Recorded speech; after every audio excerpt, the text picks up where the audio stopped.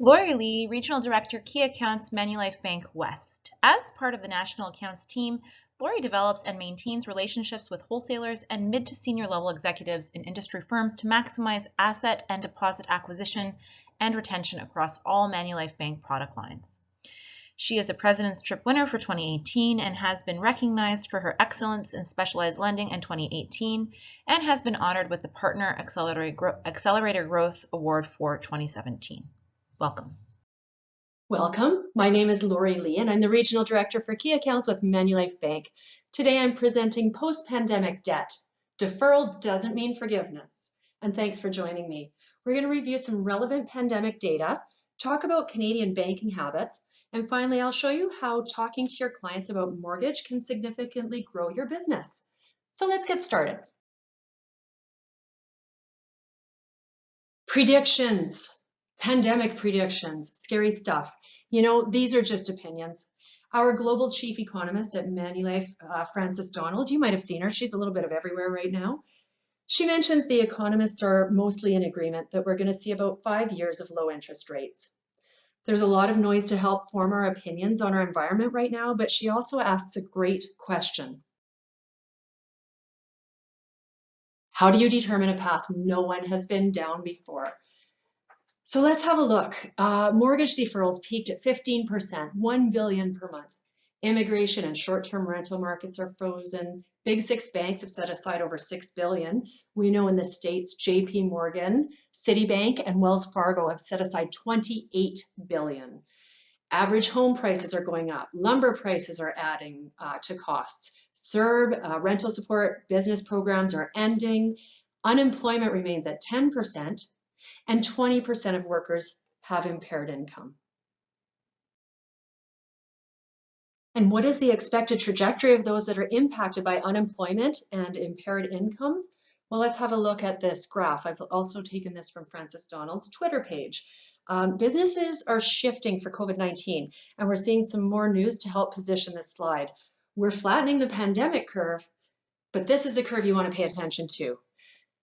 We are somewhere on the upward green line, probably somewhere at the peak, but let me tell you the statistics. For the United States, Disney lays off 28,000 people. Furloughs are permanent. American Airlines has furloughed 19,000 workers. In Canada, Shell plans to cut 10% of the workforce. That's 9,000 people. Ottawa Sports Complex laid off 40% of their staff and eventually let them go. KPMG has laid off 1,400 employees. So this is where the second wave is coming in. And now look at that blue curve. That's what's happening underneath as businesses adjust during the pandemic. But what else is happening? People have decided they want to move. Historically low interest rates have made people see that their mortgage might be more affordable. Working from the suburbs now is available. People are permanent work from home now in a lot of cases. So it's changing the demographics from a lot of cities to more rural areas. Travel restrictions are boosting the recreational property market because you can't fly anywhere. Canada is a pretty attractive place to holiday. And 25% plan to buy a home in the next 2 years. This is up from statistics that we received in December of 2019. And the number one reason for moving, my home is no longer suitable. We're seeing people accelerate their plans to move.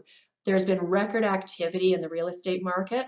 After 5 months at home, I think people decided they needed a little more space and possibly a more suitable dwelling. So that is all continuing with the permanent work from home changes.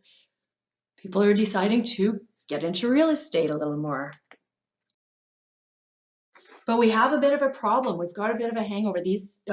We're already in a precarious position at the end of last year as far as the Canadian debt landscape. So what does it look like in Canada? Canadians owe a record 1.74 for every dollar of disposable income. Consumer debt, including mortgages, totaled nearly 2.25 trillion halfway through 2019. Canadians carry 23,800 in non-mortgage debt, and our survey found that 72% couldn't manage a 10% increase in their monthly payments. This was a survey pre-COVID. How are they looking now? But the reality is, these statistics haven't changed Canadians' desires Canadians dive into home ownership, financially prepared or not. So today we won't be focusing on robo-advice or fintechs. We're going to talk a little bit about what the banks and other lenders are doing to earn more from your clients, potentially at their expense. At the end of the day, your competition isn't another business at all. You're competing against an emotional attachment. Canada has one of the highest home ownership rates in the world at 68%, higher than the US at 64%. And Canadians love their homes. We'll dive into home ownership whether we're ready or not. Things like how much for a down payment, what type of mortgage or term to choose, they can be overwhelming decisions. And when you think of things like ongoing MERs on the investment, such as a house, you would relate them to mortgage costs, property taxes, utilities, furnishings, transportation and maintenance would be included there too. You can start to see where your clients would need a little bit of financial advice before diving into the home ownership pool. And housing is a big expense. Over 40% of Canadians' income goes to housing costs. This means 60% of after-tax dollars going to housing. So shouldn't your banking solutions be tailored to reducing these costs? Often people will say, yep, get the lowest rate. Well, does getting the lowest rate mean paying the least amount of interest?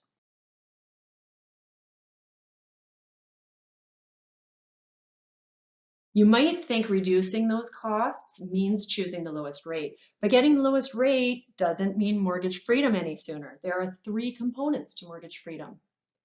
Do you see rate? Canadian banking habits mean they pick a 5-year mortgage generally, sacrificing the rest of their goals like investing or insurance. Even estate and legacy planning might be affected. At the outset, it might look compelling, doing a lower interest rate, but let's do a little test.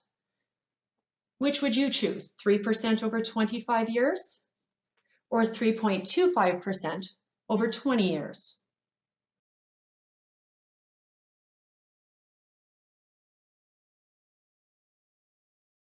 Wow, there's a whole $8,000 difference here, and it's not in favor of the lowest rate. So why are mortgage owners fixated on the lowest rate? When people talk about getting the lowest rates, are they maybe missing the biggest picture, bigger picture? This is an important statistic. 74% of Canadians select a fixed rate mortgage. And without access to home equity, people can be forced to obtain and manage more costly financing, right? If they need to move for any reason, they might face a penalty. Let's talk about the pandemic. More costly loans, they might make withdrawals from their portfolio. Deferral doesn't mean forgiveness. They still had to make their principal and interest payment. 74% of Canadians had to make their principal and interest payment. And they didn't have an option to choose from in the pandemic. $1 billion deferred per month in Canada. At the peak of the deferrals, financial institutions reported 18% of clients had deferred payment. At Manulife Bank, most of our Manulife One clients had room in their borrowing so that they didn't have to actually have a deferred payment. The deferral was automatically available to them. Manulife One clients can actually be their own bankers and have the flexibility to accelerate or defer their payments as their financial situations change. And less than 3% actually needed a mortgage deferral with us. Deferral means more interest costs, right? They add them on at the end. There's longer interest charges there, so they're quite expensive. And you can't get other financing while you're in deferral. So these are important for clients to know. So why do you need to talk about debt with your clients? There's a few reasons. It bridges the conversation with the client's interests, their cash flow and their income. That's top of mind to them every day.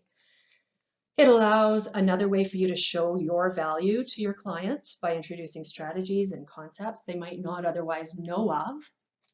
And ultimately, every dollar of debt and interest diverts income from your financial recommendations. And today's banking system works really well for some, right?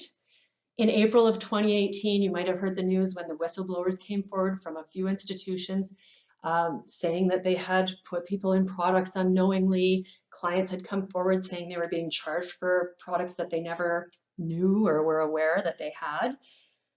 FCAC Commissioner at the time, Lucy Tedesco, said banks are in the business of making money. The way they sell financial products and manage employee performance can lead to sales cultures that are not always aligned with consumers' interests. And what are those practices? Have a look at this diagram. The income goes into the checking account, then it's distributed to the savings, line of credit, then all of the other bank expenses come out, mortgage, credit cards, car loans. Does it need to be this complicated? What if the income was applied directly towards the debt rather than held in a checking account? Would it be better for the bank? Would it be better for the client? There really is a better way to bank. I spoke earlier about why rate doesn't even factor into the cost of a mortgage, but it's also important to remember there are only two ways to pay down debt more quickly. One, lump sum payments, and two, frequency of payments. So how could an all-in-one account change someone's life? Let me show you a typical Canadian example. This is a client that we worked with last October, and they had an average mortgage in Canada. It's close to $200,000. They were paying 3.8%. At the time, a really good interest rate. They had a line of credit at $15,000 and a couple credit cards that they carry balances on. So we know their total monthly obligation in bill payments was $1,600. Their monthly expenses were $4,200. Their monthly income $6,300. Leaving $500 of surplus for their financial plan. Just to give you a note, this client is in a traditional mortgage situation, so they have a rainy day savings account. They have $10,000 in case something happens, heaven forbid, that they need to draw from. So what happens when we restructure the debt? In this case, the aggregate debt is $221 minus the savings account. So we've got our debt unified at $211,000. We know the true cost of interest. Again, we did this deal last year, so the interest rates are current as of last year. These are not the current rates, but I wanted you to see it in context. So the interest cost was $785 per month. Their income and expenses didn't change. So we've got $4,200 and $6,300, but now we've got a new surplus of $1,315. What could we do with that? I know you're going to tell me the client's not paying any principal on their mortgage, and I have a question. Are Canadians underinvesting and underinsuring themselves to pay down a 3% mortgage rate? Maybe this client would be better off doing $315 of debt repayment and getting started on their investments and protecting their family sooner. $500 towards each of those. If the client's debt averse, fine. Go ahead, put it against the $1,315 directly to debt repayment. Let's see what that's going to look like. We punch this into our Manulife One calculator online, and it's pretty impressive. It shows $55,000. That's impressive, but it isn't the whole picture. Look at their mortgage freedom date. Down here, we've gone from 20 years to 10. Debt-free in 9 years and 10 months. Could they take a little longer maybe and start preparing for retirement and protecting their family earlier? Sure. You know, maybe they're not going to be 20 years out, maybe not 10. But if we allocate some money to getting their goals achieved, maybe they'll be paid off in 15. I'm going to ask again, are Canadians underinsuring and underinvesting in order to pay off a 3% mortgage debt? Do you think the client would be happy if they were able to achieve their goals and make progress on the debt? Okay, so this was an indebted approach. Let's look at switching strategies for aging clients. So that was how to attack debt. Now we're going to look at how we can care for aging clients and treat our homes a little differently in retirement. Have you heard of the retirement smile? If you haven't, have a look. It's generally where we're active at the beginning of our retirement, and once we've got it all out of our system, we slow down a little bit, we get a bit sedentary, And then we go into the smile, the up end again, and this is important and not a lot of people plan for it. And this is when the expenses start to happen again. So we generally think on the downward trend that that's about the lifetime expectancy of expenses that we're going to have. But it does tick up at the end again. So how well can your income support a retirement smile? Can your clients support it? We talked about how this is a more efficient way to pay down debt in early years, acting as a forced savings account. But an all-in-one account means the account is still active. They still have access to a line of credit if they need it.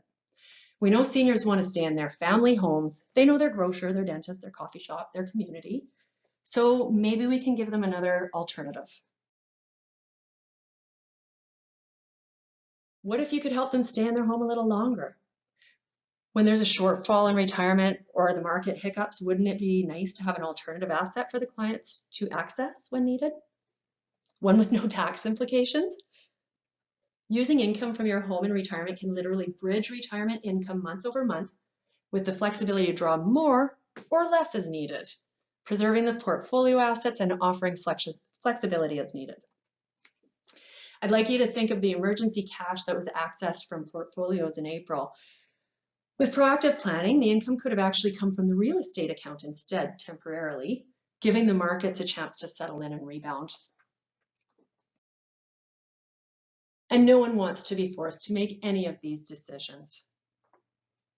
No one wants to cut back their expenses, sell the family home, take on debt when they're in seniors. We've heard from seniors that they want to stay in their communities and in their homes as long as possible. Downsizing can be cost prohibitive and a challenge to accommodate when you're on a fixed income, and there can be some difficult decisions in retirement. Some might have to consider these options, but with some guidance from a professional, they could actually proactively avoid any shortfalls in retirement, manage large expenses, and minimize market fluctuations in uncertain times. So why would you want to talk about mortgages? I talked at the outset about the increase in real estate traffic we've seen through the pandemic. So the first obvious reason you'd want to discuss your client's banking and mortgage is the opportunity you have to guide them. If you show them value, they'll be happy to share their great experience with their family and friends. Banking solutions and mortgages, those are intergenerational. So everyone in the family needs these products. Everyone's opened a bank account for a child, and it doesn't stop there.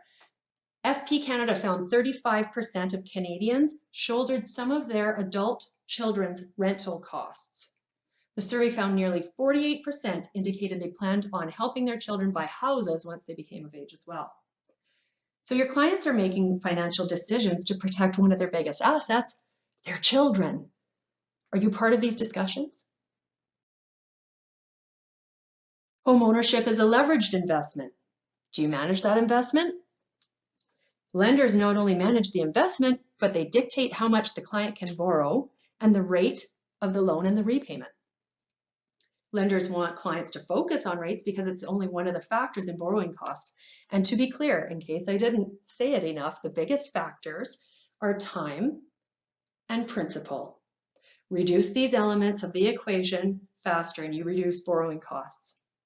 Borrowing costs are profit. The biggest factor is time, and the second biggest factor is principal. Lenders control the cash and the client because they dictate the repayment. When the money comes into your client's bank account, they're obligated to pay their mortgage lender first, then their other loans, then themselves, and then and only then do they invest what's left over. Your clients love their home and they're willing to sign intensive and binding contracts in favor of the lender. If you can help them see through that, you're going to show your value right through them. Think of your client's home as an asset you can help manage and build your business upon. How long does it take you to grow or attract 5 million or 10 million in assets? How many clients would typically be needed to achieve that? If you had a 500,000 GIC renewing, would you be contacting the clients with options? Mortgages renew in the same manner, and they could use your help. How many of your younger clients start out with $500,000 portfolio? Some younger clients with great cash flow can start with a strong commitment to their investment and insurance plans, but many of them have to juggle their mortgage and other extra expenses like student loans, credit card balances, and childcare. For many clients, strong investment commitments might not occur until they're in their 40s, even in their 50s. So if your client base is older, they'll be preserving and withdrawing assets either right now or in the next few years. And you need to replace those assets. It's getting tougher for young clients to fill asset redemptions when they are struggling with debt.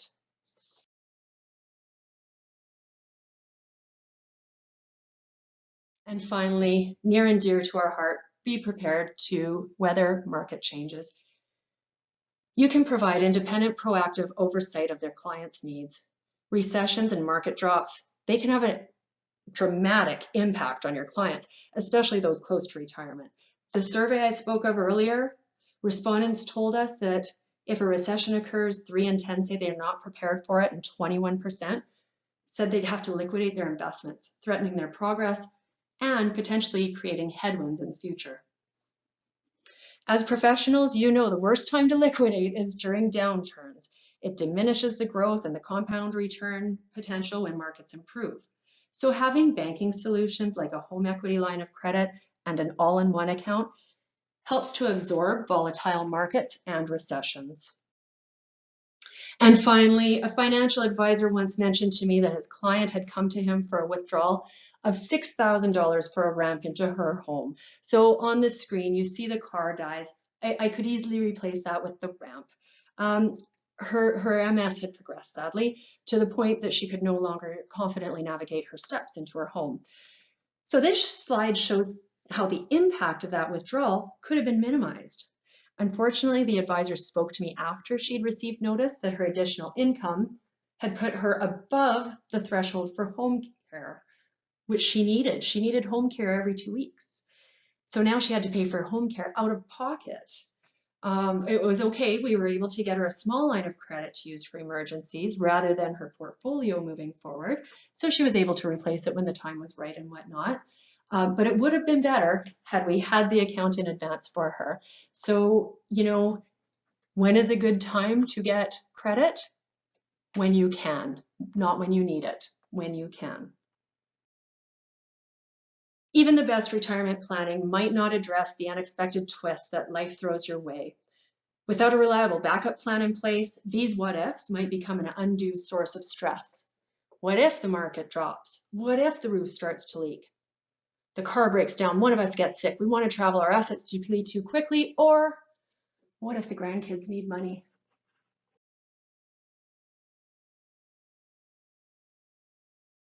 If you haven't included a mortgage partner in your cadre of professionals, I sure hope I've given you a few compelling reasons that you should.